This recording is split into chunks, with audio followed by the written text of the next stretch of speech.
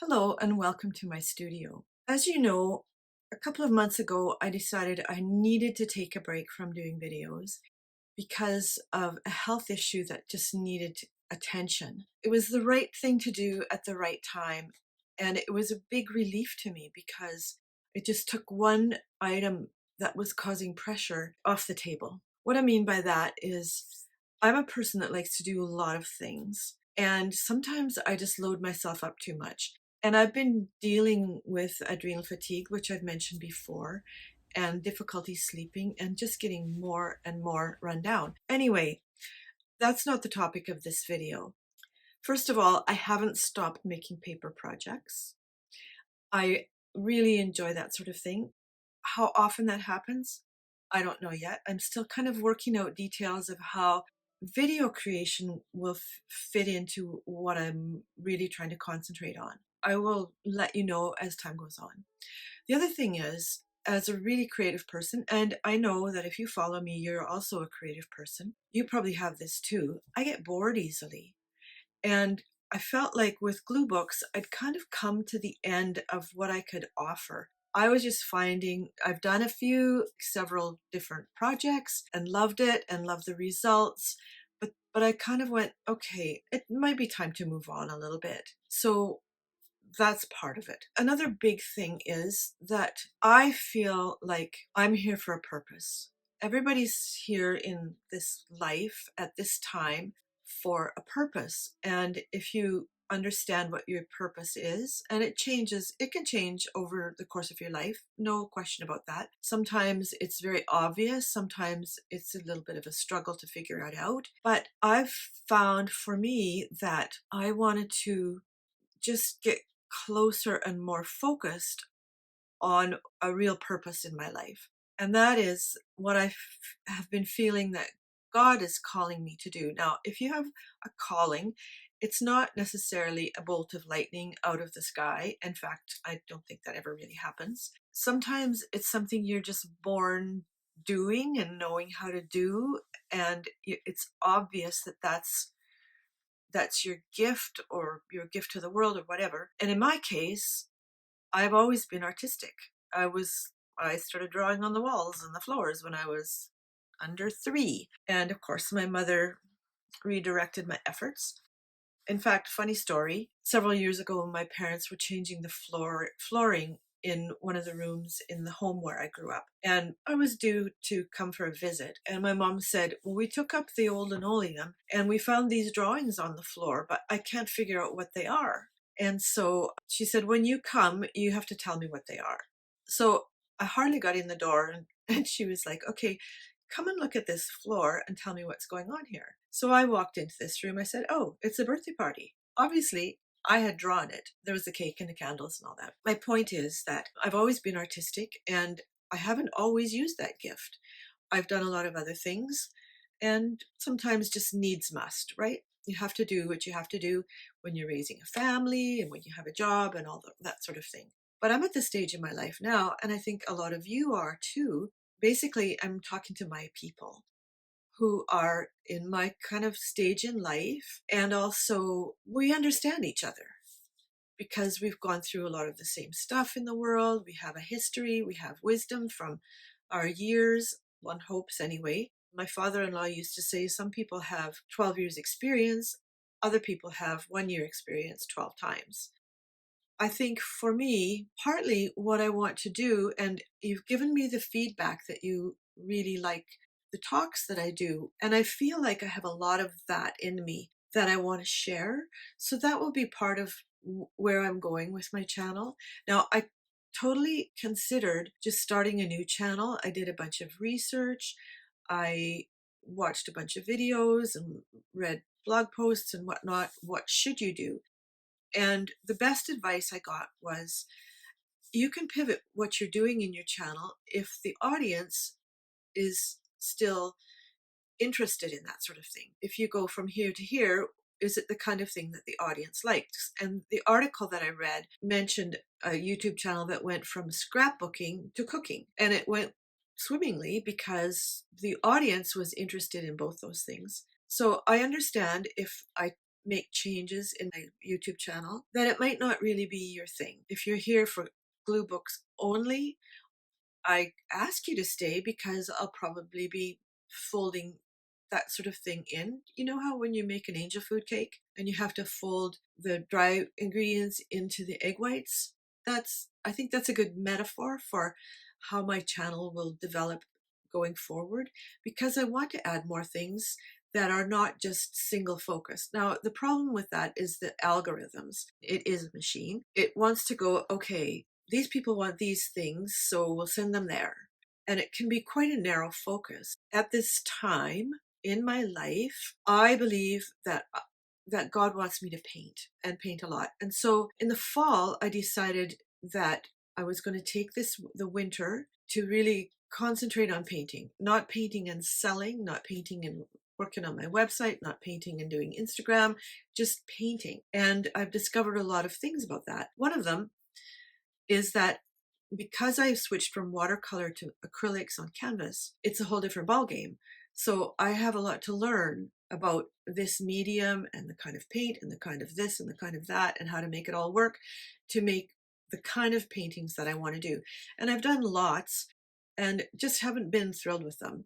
And part of that is the genre, basically the topic of my paintings that I want to do. And I think I'm kind of onto it. And I'm not going to go into that because this isn't what this video is about. I feel at this stage in my life, at my age, I'm in my 60s. I'm not sure how many years I have left, but I want to use them productively, and I want to use them so that I feel like I'm really pleasing God by using my gifts, but also that I'm touching other people by sharing the things that are important to me, that I've learned, that have made a huge difference to me, I think are just important to life. And a lot of those things we share, but I think by sharing one another's experience and sometimes burdens, we help each other. And that's part of my goal. I see going forward that this channel will have a larger scope than it did before. When I started the channel, I actually started by talking to people about life, and then I kind of lost my nerve, I think. I wasn't really sure what direction I wanted to go. I don't often make snap decisions. I mull things over a lot, and sometimes it takes a surprisingly long amount of time to sort of find the kernel or the right road. I thought of this the other day about finding the right path.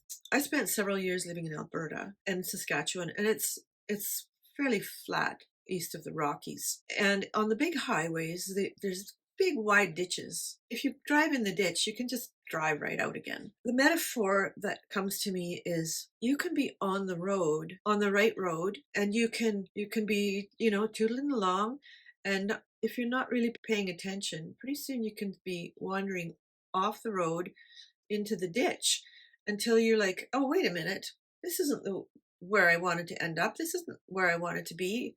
I want to stay on the road. And another metaphor is you could be on a road that has a parallel road and you could be on the wrong one.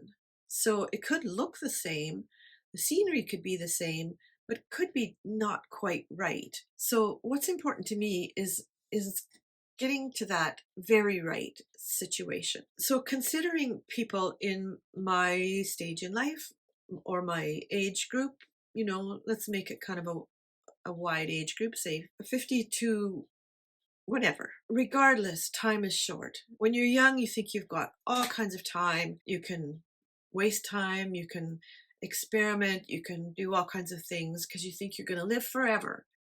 But when you get over 50 or 60, you realize you're not going to live forever. And it's really important in this stage in life to do the things that are most authentically you and be the most authentically you. I'm a very easygoing person by nature. A lot of things just don't matter to me.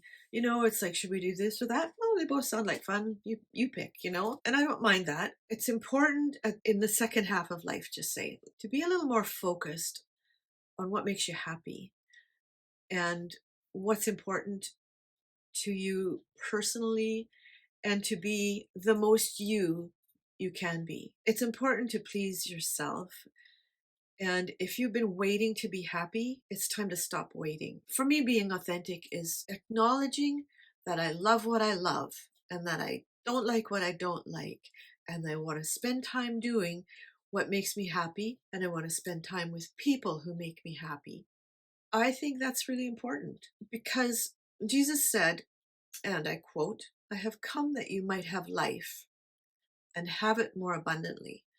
So when you look at, okay, what is an abundant life? Is it more stuff? Is it a bigger house? All those trappings of bigger, bigger equals better? Or is it those things that I just mentioned? Wearing the clothes I like, eating the food I like, being with people I like, liking what I like, traveling when I like, or whenever I can.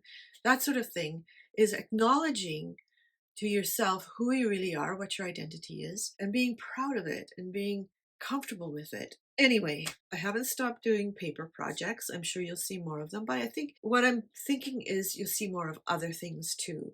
And that might include travels, it might include cooking, it might include decorating, it might include shopping or clothes or painting. I will from time to time show you what I'm painting. This is based on a picture from when I lived in the south of France. And so I might, show you those kind of things as time goes on. I feel called to paint and use the gifts God gave me, but there's lots of things that encompasses. So expect to see a little bit more variety. I know myself, if I don't have variety and creativity, I start going a little bonkers. So creativity along one line doesn't usually work for me. And I felt called to paint more and I want to concentrate on that. So with that in mind, I'm not sure how often I will post videos because I want to make sure that there's enough time to paint. And this is important too, because I've had issues with adrenal fatigue. One of my really important decisions has been not to push myself. I've worked really hard in my career and I've been self employed for most of my life. And sometimes it's great, and sometimes it's just a real struggle. And sometimes I've worked way too hard for way too long while I was going through all kinds of other stuff. And it wore me out. And I'm not willing to do that anymore. I'm looking after myself and I want to live well. And that was part of my goal for this winter. Anything kind of project I do doesn't have an end goal, doesn't have like something to strive for because I wanted to stop striving. And as far as painting goes, right now I'm painting for myself, I'm painting to learn. And yeah, I want to sell my paintings, and if you ever see anything that you like to buy, wonderful. And I will be putting prices on my art site soon, but right now I have other stuff I have to get out of the way and I'm doing it at a leisurely pace. My word for this year has been wellness, and I want to do things at a leisurely pace and I want to have fun and I want to do it with you. And I would love for you to comment below. Please subscribe to my channel if you haven't already, and I'll see you next time.